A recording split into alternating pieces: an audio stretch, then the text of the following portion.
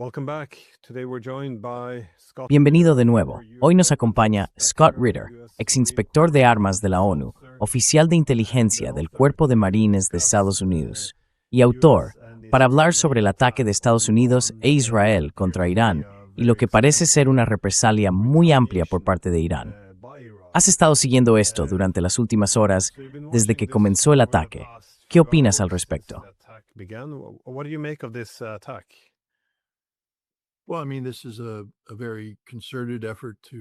Bueno, quiero decir, este es un esfuerzo muy concertado para derrocar al régimen.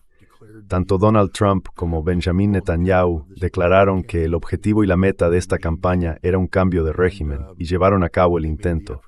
Es decir, atacaron la residencia del líder supremo, intentaron asesinar al presidente de Irán y han golpeado las residencias y lugares de trabajo de muchos de los altos dirigentes iraníes, tanto militares como civiles. Hay algunas bajas. Al parecer, el presidente y el líder supremo no están entre ellas, pero se trata de un esfuerzo de decapitación que sigue en curso mientras hablamos. Y los iraníes prometieron que si llegaba esta guerra, su respuesta sería diferente de la que dieron durante la guerra de 12 días. Y eso es lo que estamos viendo. Un abanico más amplio de objetivos y así sucesivamente.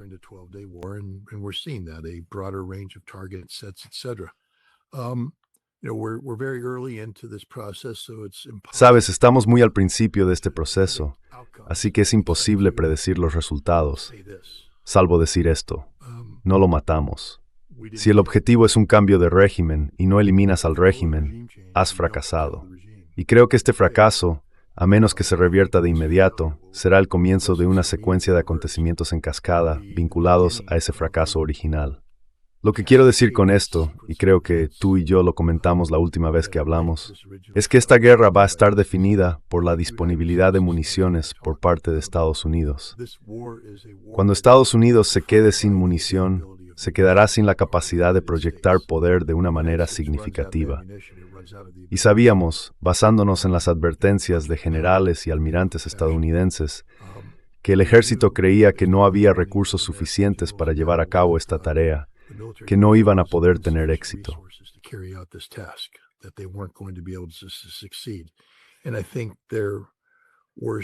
Y creo que sus peores pesadillas se están haciendo realidad, porque en las operaciones militares, especialmente, se trata de una guerra que consume muchos recursos. Lo que ocurre es que hay objetivos que deben ser atacados y se destinan recursos para golpear esos objetivos. El objetivo es eliminar un conjunto determinado de blancos y después reasignar esos recursos a otras misiones posteriores. Lo vimos durante la tormenta del desierto. Estados Unidos contaba con 2 escuadrones de F-15 Strike Eagle. En aquel momento eran recursos muy valiosos por su capacidad de penetrar profundamente y atacar con precisión. Se les asignó, en las fases iniciales del conflicto, la tarea de eliminar la capacidad de lanzamiento de misiles balísticos de Irak.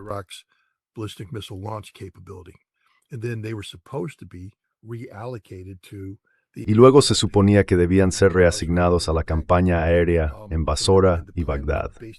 El plan se basaba en que esos recursos estuvieran disponibles en un momento determinado para tener un impacto en el conjunto de objetivos iraquíes. Aquí tenemos una campaña de combate iraní, y está construida en torno al uso de una cierta cantidad de recursos para lograr la decapitación y la supresión de la seguridad. Antes de pasar a la siguiente fase de objetivos, se reasignan esos recursos. Fracasaron, lo que significa que los recursos que deberían ser reasignados ahora tienen que permanecer en el conjunto de objetivos y siendo reforzados con recursos desviados de otras misiones.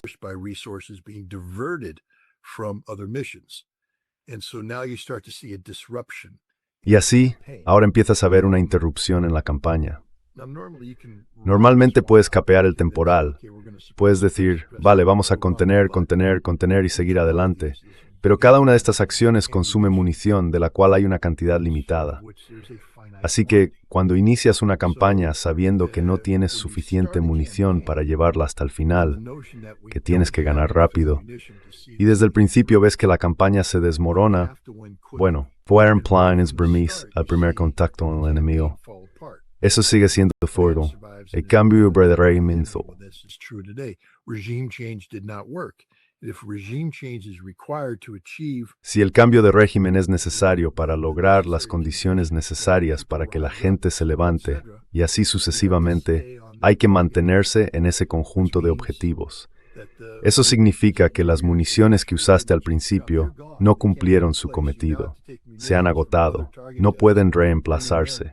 Ahora tienes que tomar municiones de otros conjuntos de objetivos, traerlas con los recursos y seguir atacando. Así que estás consumiendo aún más munición, quitándola de esos otros conjuntos de objetivos y creando una secuencia en cascada de fallos que agotará tus municiones sin alcanzar ninguno de los objetivos. Esa es la definición de derrota. Y de nuevo, aún es muy pronto, pero diría que los indicios apuntan a que Estados Unidos ya ha perdido esta guerra. the indications are that the United States has already lost this war. Well, what do you make of the Bueno, ¿qué opinas de la, supongo, falta de control de la escalada? Porque en todas las guerras que hemos visto en los últimos, al menos, más de 30 años, siempre ha habido un esfuerzo por mantener un control total sobre la escalada. Pero esta vez, el grado de escalada, qué actores deberían participar, cuándo debería terminar la guerra, qué se considera un objetivo aceptable, todo esto parece estar fuera de control. He visto informes de ataques de represalia iraníes en Bahrein, Qatar, los Emiratos Árabes Unidos y Jordania. También ha habido algunos informes de explosiones en Kuwait y Arabia Saudí.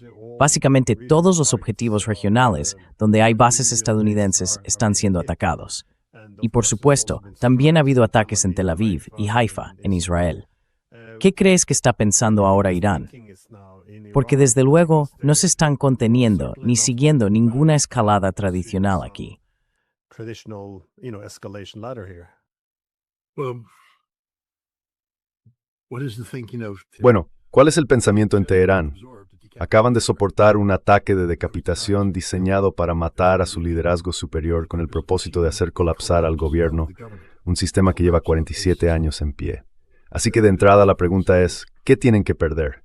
Quiero decir, si vienen a matarte, respondes con una escalada gradual o dices, estamos inmersos en una lucha existencial por la supervivencia.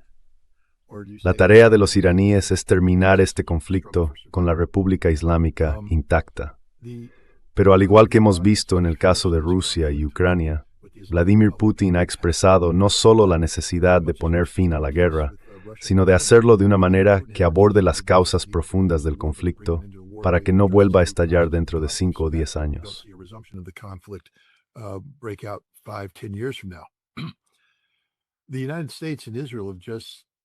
Estados Unidos e Israel acaban de declarar que están en el negocio de destruir el régimen iraní.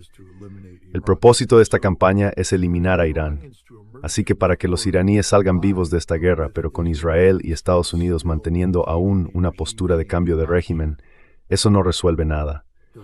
Entonces, ¿qué están haciendo los iraníes? A.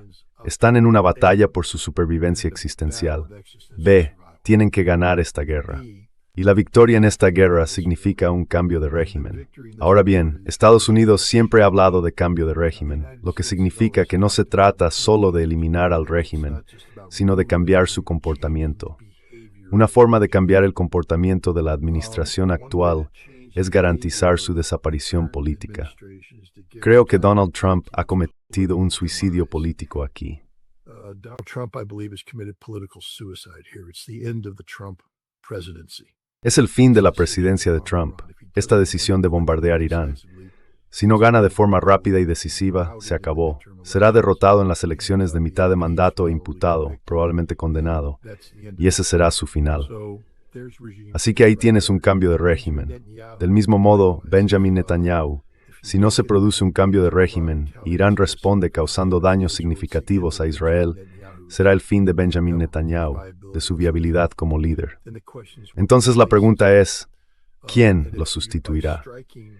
Y sí, al atacar a líderes regionales que han sido complacientes con la visión israelí y estadounidense de los acuerdos de Abraham y la reducción del poder iraní, lo que podría ocurrir es que las naciones árabes del Golfo se den cuenta de que Estados Unidos ya no está ahí. And Israel E Israel es una nación que puede ser derrotada, y verás un cambio en la actitud del régimen.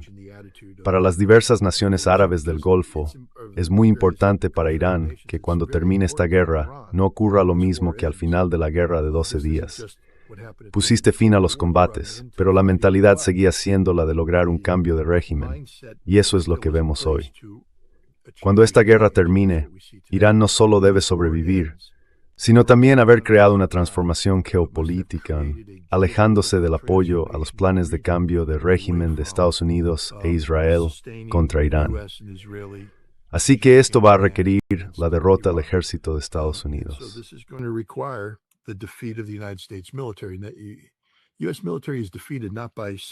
Ahora, el ejército estadounidense no es derrotado por el hundimiento de barcos o el derribo de aviones, sino por no ganar. Es lo mismo que ocurrió con Hezbollah contra Israel en 2006.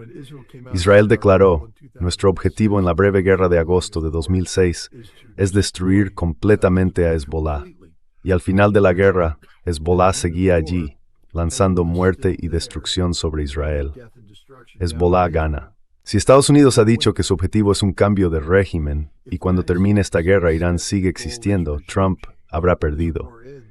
Y eso será devastador para un hombre que, ya sabes, habla de la paz a través de la fuerza. No eres muy fuerte cuando pierdes.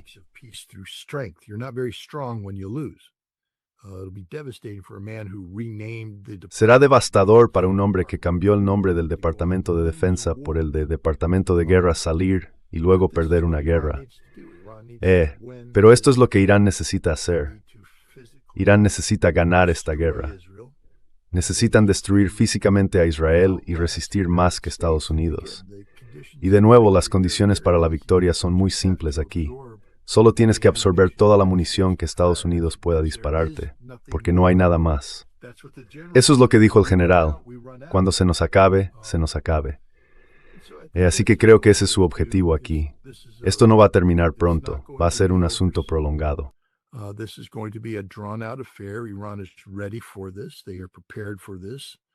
Irán está preparado para esto. Están listos y tienen un plan. Y nosotros, ya sabes, ningún plan sobrevive al primer contacto con el enemigo. Bueno, el plan estadounidense ya está alterado porque no lograron un cambio de régimen.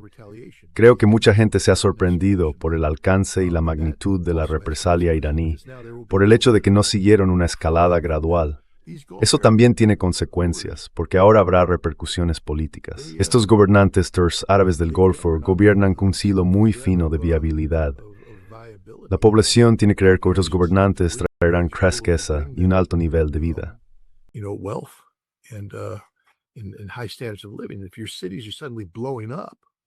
Si tus ciudades empiezan de repente a estallar, y te habían dicho todo el tiempo que eso nunca ocurriría porque Estados Unidos te defendería, pero ahora Estados Unidos no puede defenderte. De pronto esos gobernantes parecen débiles e ineficaces. Y quién sabe qué pasará. Pero ya sabes, este es el juego iraní ahora mismo. Creo que están cambiando el guión. Es el equivalente geopolítico de una inversión en la lucha libre. Y la estrategia de cambio de régimen puede que ahora consista en que no sean Estados Unidos e Israel quienes logren derrocar al régimen iraní, sino que sea Irán quien logre derrocar al régimen israelí, al régimen estadounidense y quizá a muchos de los estados árabes del Golfo.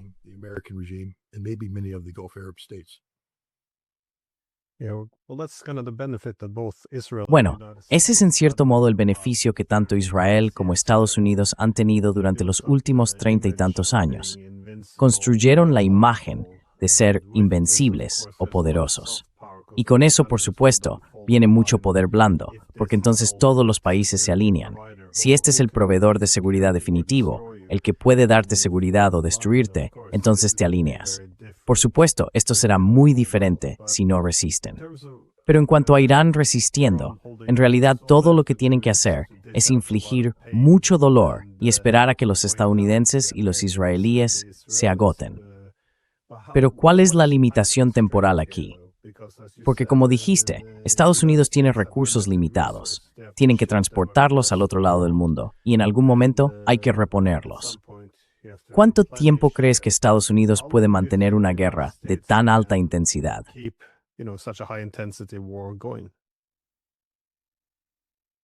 I don't know No conozco el arsenal de municiones. Creo que pensaban en una guerra que duraría, ya sabes, unas pocas semanas. Así que si esta guerra dura 5 semanas, Estados Unidos se queda sin municiones. Irán solo tiene que resistir 5 semanas. Y eso es todo.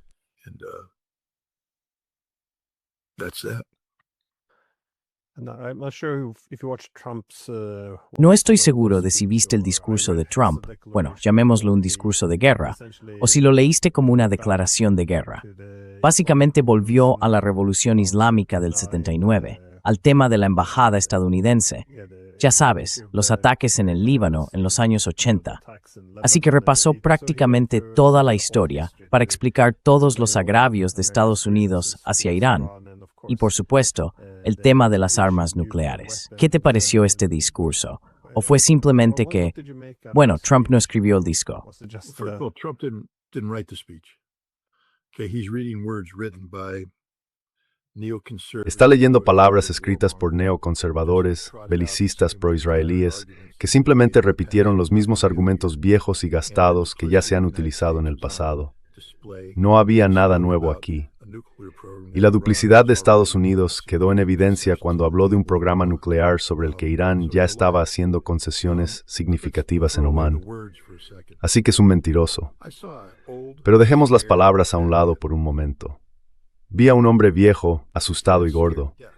Este hombre está muerto de miedo. Se da cuenta de que está en un buen lío. Ha cruzado el Rubicón y esto no va a acabar bien para él. Y creo que lo ve. Creo que ve cómo el legado de Trump se derrumba a su alrededor. No va a ganar las elecciones de mitad de mandato.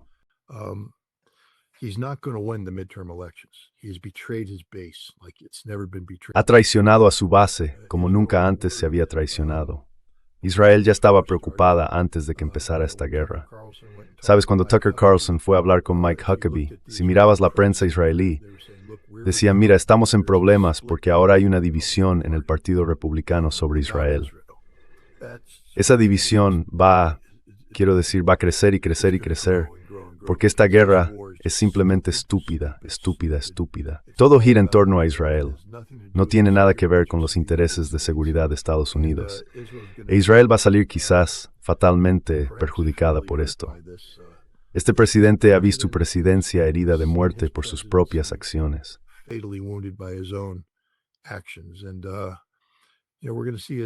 Y vamos a ver a un hombre desesperado de ahora en adelante. Ya se puede ver movimiento en el Congreso para cambiar la ley y otorgar al presidente el poder de controlar las elecciones de mitad de mandato para poder robarlas, porque no las va a ganar. Lo que tiene que hacer es evitar una derrota tan aplastante que no solo haga que la Cámara se vuelva demócrata, sino que el Senado tenga suficiente sentimiento anti-Trump como para condenarlo si es sometido a un juicio político, porque será sometido a uno. Lo que vimos fue el final de la presidencia de Trump.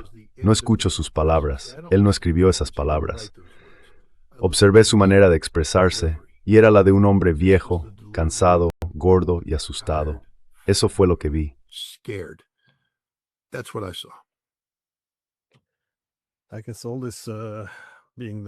Supongo que todo esto, ser el presidente de la paz, acabar con todas estas guerras, tener su consejo de paz, no tiene realmente ningún sentido. Quiero decir, podría haberse considerado un buen ejercicio de marca, pero ahora supongo que todo eso se ha perdido al convertirse en el presidente belicista por excelencia. Creo que es justo lo contrario de lo que ocurrió en Venezuela. Entrar y salir en un solo día, muy limitado, supongo, con el objetivo secuestrar a un presidente, declarar la victoria y se con sí mismo. Pero era extraordinario. But why was this so imminent, though? Because the need to attack now. Porque existía esa necesidad de atacar ahora, porque en los últimos días hemos visto a algunos generales estadounidenses, altos mandos militares, argumentar que en realidad no estamos tan bien preparados, no tenemos suficientes, creo que eran, misiles interceptores defensivos, o no podemos necesariamente absorber todos los ataques de represalia de Irán. Tal vez deberíamos no hacerlo o esperar. Entonces, ¿Por qué había tanta prisa por intentar involucrarse en esta guerra cuando no estamos debidamente preparados? Y si las estrategias y los planes de guerra no están realmente definidos, pues Well, just a quick history lesson. I may have gone over this before, but Solo una breve lección de historia. Puede que ya haya hablado de esto antes, pero lo reiteraré. Durante Desert Shield y Desert Storm, el flujo logístico hacia la región se llamaba TPFDD, Time Phased Force and Deployment Data, o algo por el estilo. Cuando terminó la guerra, bueno, ya lo sabíamos de antemano, yo lo supe en octubre porque formaba parte de una célula de planificación con el comandante del Cuerpo de Marines, que habíamos cruzado una línea de la que no había vuelta atrás. La decisión de ir a la guerra contra Irak no se tomó en los días previos al 16 o 17 de enero. Se tomó a mediados de octubre, cuando empezamos a mover las fuerzas. Porque una vez que empiezas a mover fuerzas, las cosas empiezan a suceder, adquieren vida propia, y no puedes retirarlas sin crear problemas importantes.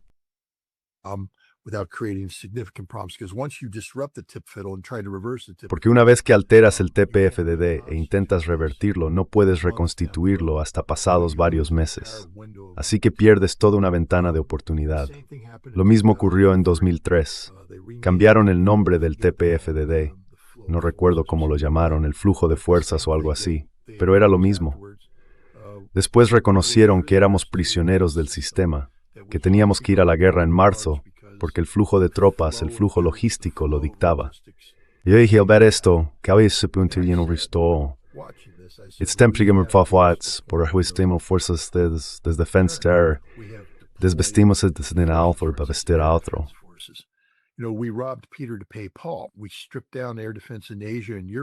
Desmantelamos las defensas aéreas en Asia y Europa para trasladarlas y reforzar los recursos que se suponía debían proteger esas regiones en caso de conflicto, pero en su lugar fueron desviadas a Oriente Medio. No podemos mantenerlas allí para siempre, así que solo hay una ventana limitada durante la cual pueden permanecer. Luego empezamos a desplegar toda esa capacidad de ataque. Portaaviones, cazas tácticos, aviones cisterna y así sucesivamente.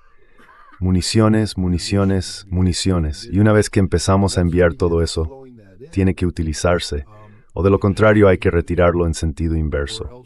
Cuando comienzas a retirarlo, tu ventana de oportunidad de ataque se amplía. Esta es una guerra impulsada por motivos políticos.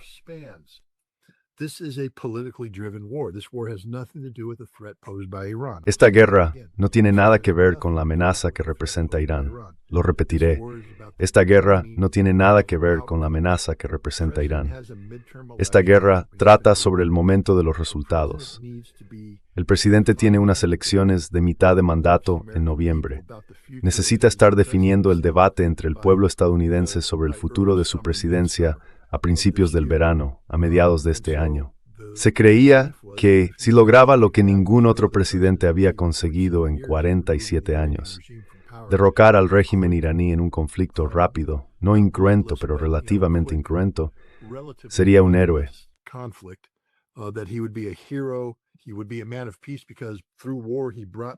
Se le vería como un hombre de paz, porque a través de la guerra trajo la paz y mantendría esa imagen. No podían dejar de atacar ahora, porque esperar significaría bombardear en pleno verano, justo en el punto álgido de la campaña. Necesitaba un resultado para mediados de verano, y bombardear entonces sería devastador.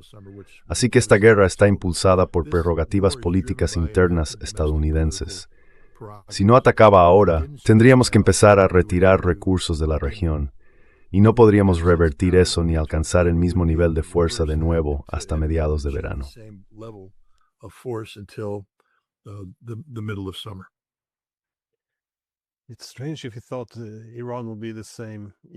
Es extraño que pensaran que Irán sería un objetivo igual de fácil, porque lo de Venezuela fue una operación de un solo día.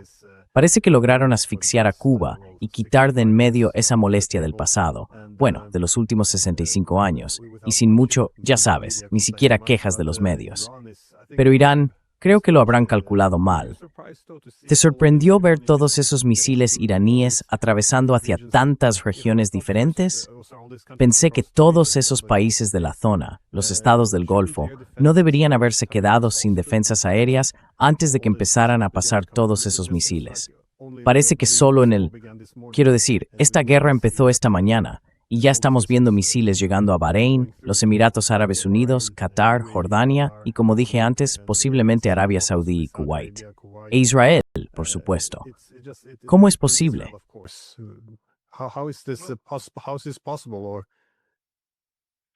Well, the 12-day war. Bueno, la guerra de 12 días dio a Irán una comprensión enorme de cómo funciona el escudo de defensa antimisiles coordinado, no solo sobre Israel, sino también sobre el escudo estadounidense en la región. Lanzaron muchos misiles diseñados para absorber la capacidad defensiva israelí y estadounidense, no solo para agotarla, sino para aprender. Quiero decir, esto es un sistema y hay que ver cómo funciona, cómo se comunican los radares entre sí, cómo se pasa de un F-35 sobre Jordania y cómo ese radar se integra en un radar THAAD reforzado por radares Aegis, todos obteniendo una imagen unificada. Los iraníes estaban recopilando datos. Son algunas de las personas más inteligentes del mundo en hacer este tipo de cosas.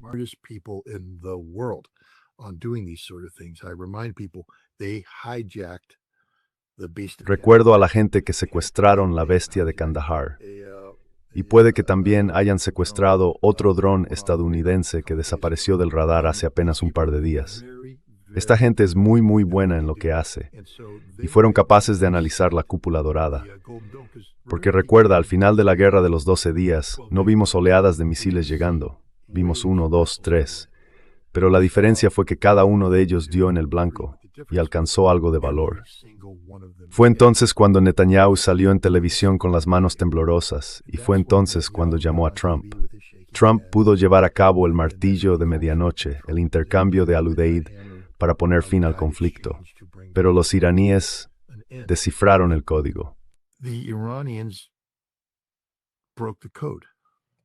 They now knew how to defeat this system and they could defeat. Ahora sabían cómo derrotar este sistema y podían hacerlo con misiles individuales cuyos parámetros de rendimiento los hacían imposibles de interceptar. En lugar de comenzar con ataques masivos, lo cual sería muy difícil en este momento, porque creo que sobre Irán tenemos muchos aviones patrullando en busca de misiles, no conviene realizar lanzamientos masivos.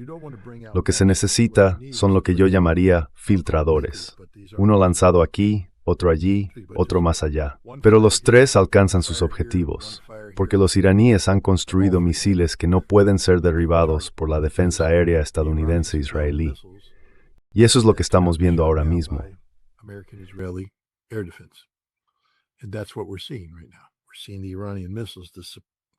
Estamos viendo los misiles iraníes, la superioridad de la tecnología iraní sobre la defensa antimisiles.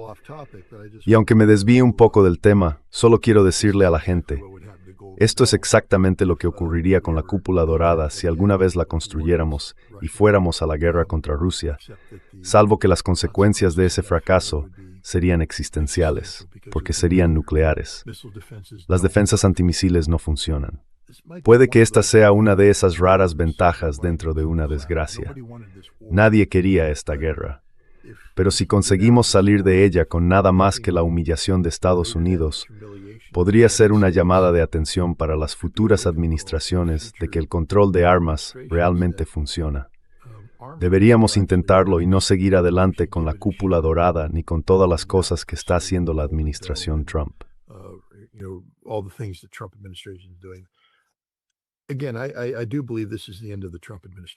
De nuevo, creo que este es el fin de la administración Trump. No creo que sobrevivan a esto. Y ya sabes, una de las razones es que los iraníes han dejado al descubierto un presupuesto de defensa anual de $1,5 billones como un fraude vacío. Quiero decir, ¿cómo se le explica esto al pueblo estadounidense? Gastas todo este dinero y ahora mismo estás siendo superado por misiles iraníes. Al parecer hay víctimas en Bahrein, no sé cuántas, pero aparentemente hay bajas militares estadounidenses allí, y podemos esperar más a raíz de esto. El ejército ha fallado al pueblo estadounidense. Se supone que debe defender, que debe ser capaz de hacer cosas, y no ha sido capaz de hacerlas.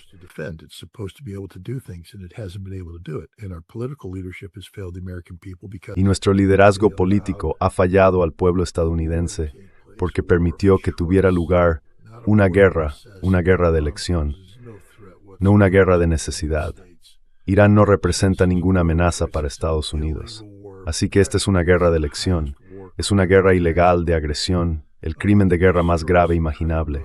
Destruye la credibilidad de Estados Unidos.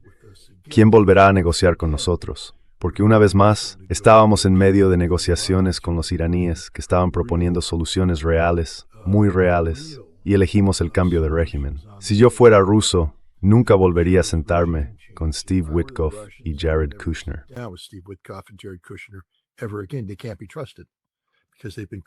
No se les puede confiar porque han sido corrompidos por este proceso. Así que ya sabes, esto es simplemente un mal. Es un mal día para Irán, ante todo.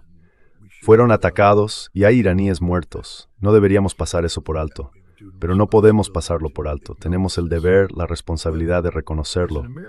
Pero como estadounidense, este es un día horrible para mi país, porque acabamos de identificarnos a nosotros mismos como una nación incompatible con el Estado de Derecho y con las normas y valores de la sociedad civilizada global. Y ni siquiera vamos a ganar. Así que son malas noticias por todos lados. La única buena noticia es que este régimen se acabará.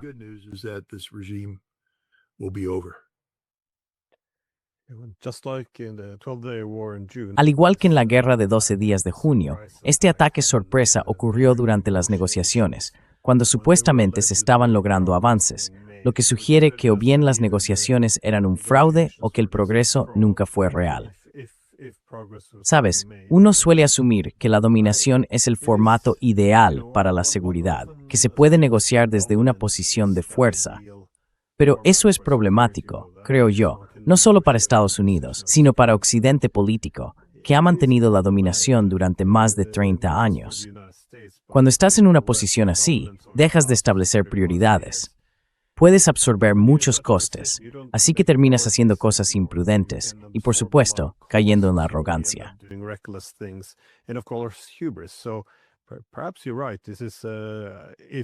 Así que quizá tengas razón.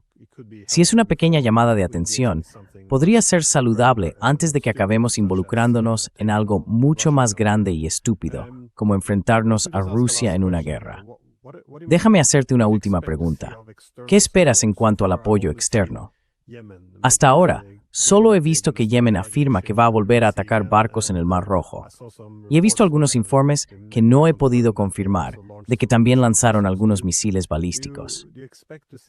¿Esperas ver algo procedente de milicias en Irak, Líbano o Palestina? ¿O has oído algo sobre que Rusia o China estén prestando algún tipo de apoyo indirecto? ¿O todavía es demasiado pronto?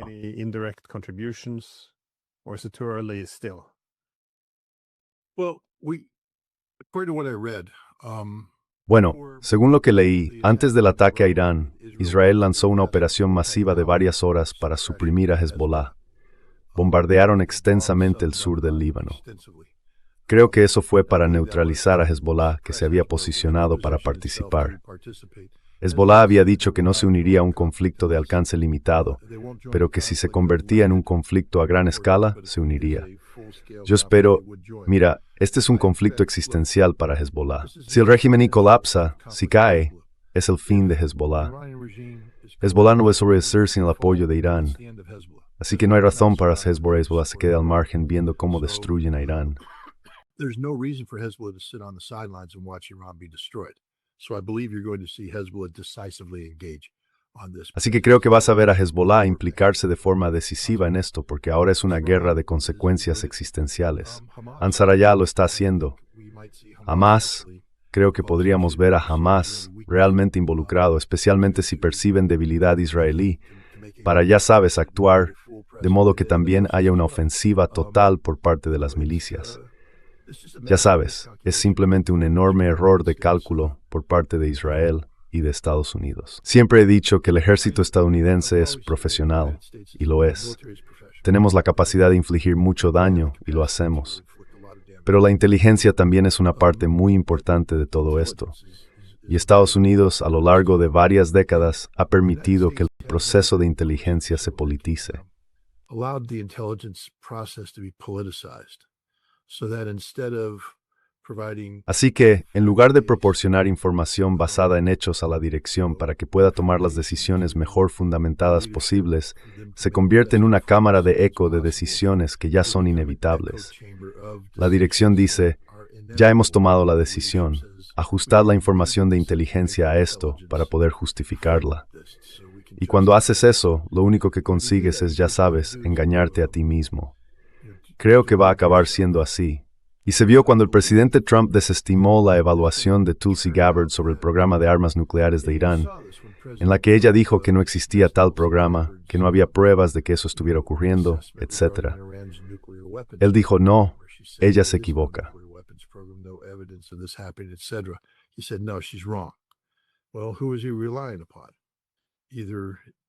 Bueno, ¿en quién está confiando? O bien en una célula fuera del control de la oficina del director de inteligencia nacional, lo cual sería fundamentalmente ilegal, o en los israelíes, lo que significaría que el presidente está recibiendo orientación de Israel por encima de sus propios funcionarios de inteligencia. Creo que se tomaron decisiones para iniciar un conflicto contra Irán que no se basaron en el tipo de asesoramiento informado que normalmente se obtiene de la comunidad de inteligencia, sino en consejos políticamente contaminados, diseñados para decirle al presidente lo que quería oír, no lo que necesitaba oír. Y eso también influye en cómo se elaboran los planes militares. Ya sabes, tienes una misión, pero esa misión tiene que basarse en la realidad.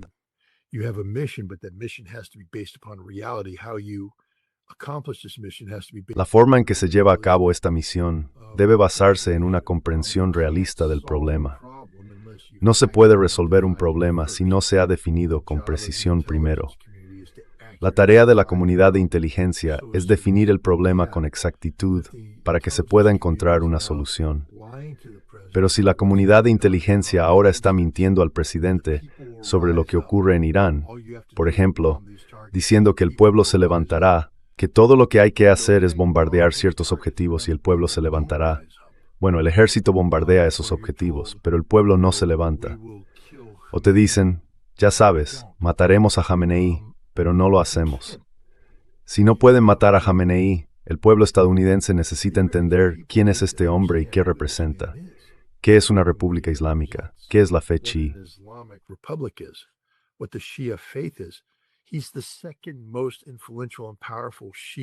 Es la segunda figura teológica chií más influyente y poderosa del mundo. Después, creo, de Sistani en Nayaf. Intentamos matarlo esta mañana. Intentamos matar a una figura religiosa de gran relevancia. Sería el equivalente a que alguien intentara matar al Papa, al jefe de la Iglesia Ortodoxa rusa o al arzobispo de Canterbury. Ese es el alcance y la magnitud de lo que estamos hablando. Y si a eso le añadimos el hecho de que a nivel nacional intentaron asesinar al presidente de Irán, estamos ante una locura de primer orden. Una locura de primer orden. Así que no te sorprendas cuando los iraníes respondan de una manera que refleje la ofensa que han recibido. Mencionaste a Rusia y a China.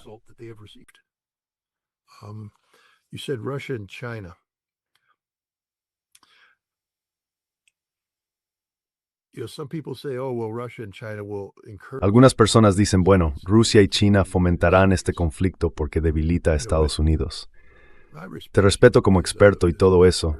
Quizá no estés de acuerdo conmigo, pero creo que en realidad podrías coincidir cuando digo que el objetivo de la política exterior rusa no es desestabilizar a Estados Unidos, sino justo lo contrario, crear un mundo estable en el que todo sea predecible.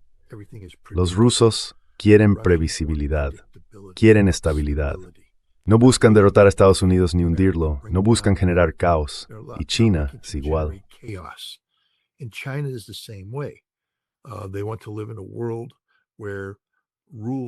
Quieren vivir en un mundo en el que se respeten las normas, porque las normas que se respetan crean un sistema de desarrollo sostenible y resultados previsibles. Así que no creo que el papel de China y Rusia vaya a ser cómo podemos lograr que Irán derrote a Estados Unidos. Creo que su papel será cómo podemos poner fin a este conflicto sin desestabilizar el mundo. Creo que vamos a ver mucha presión por parte de Rusia y China sobre Irán para que no permita que este conflicto se extienda a objetivos económicos. Es decir, vemos que se atacan objetivos políticos y militares, pero no hemos visto que se ataquen objetivos económicos. Y creo que es la última línea roja. Así que creo que Rusia y China intentarán evitar que Irán cruce esa línea roja. Han hecho todo lo posible para asegurarse de que Irán pueda resistir esta tormenta. Irán gana simplemente sobreviviendo, porque si Estados Unidos e Israel fracasan en el cambio de régimen, creo que eso marcará el fin de la administración Trump y también el fin de Benjamin Netanyahu como político israelí con viabilidad política. Así que básicamente se ha invertido el guión. Se ha producido un cambio de régimen en los puntos de origen de este conflicto. Pero de nuevo, Rusia y China no buscan un cambio de régimen, buscan estabilidad. Quieren que esta guerra termine y están trabajando para lograrlo. Así que creo que ese será el papel de Rusia y China.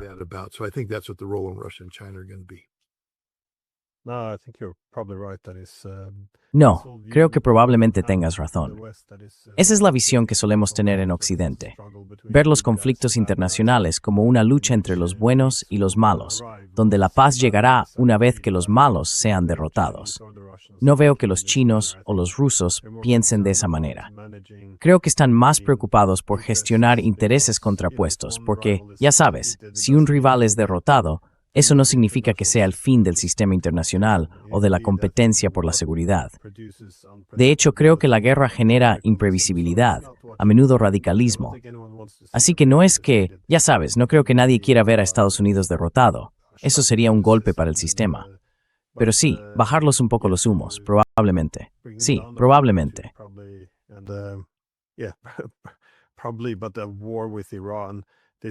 Pero la guerra con Irán, esto es algo que podría desencadenar la Tercera Guerra Mundial, a la que podríamos estar asomándonos, así que no creo que quieran ver eso en absoluto.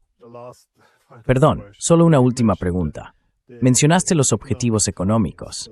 El estrecho de Hormuz, si se cierra, ese es el objetivo económico definitivo, ¿no? No estoy seguro de que fuera una buena noche para la economía global, pero sin duda sería un golpe bastante fuerte.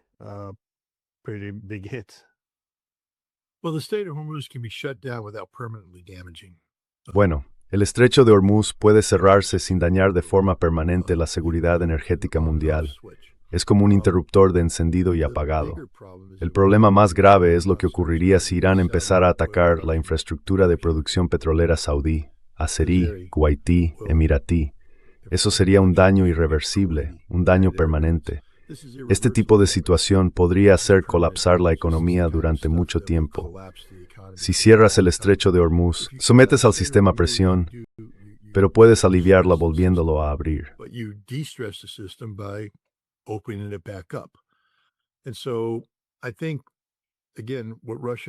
Así que creo una vez más que lo que Rusia y China fomentarán es mantener abierto el estrecho.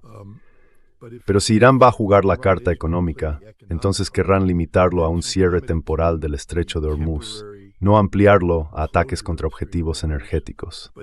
Me preocupa que Estados Unidos e Israel, al ver que su campaña aérea estratégica flaquea, puedan optar por golpear objetivos energéticos. En ese caso, todo estaría en juego. La respuesta de Irán sería bastante dura. Así que creo que uno de los mayores desafíos que enfrentan Rusia y China es cómo evitar que esa guerra se convierta en una guerra económica.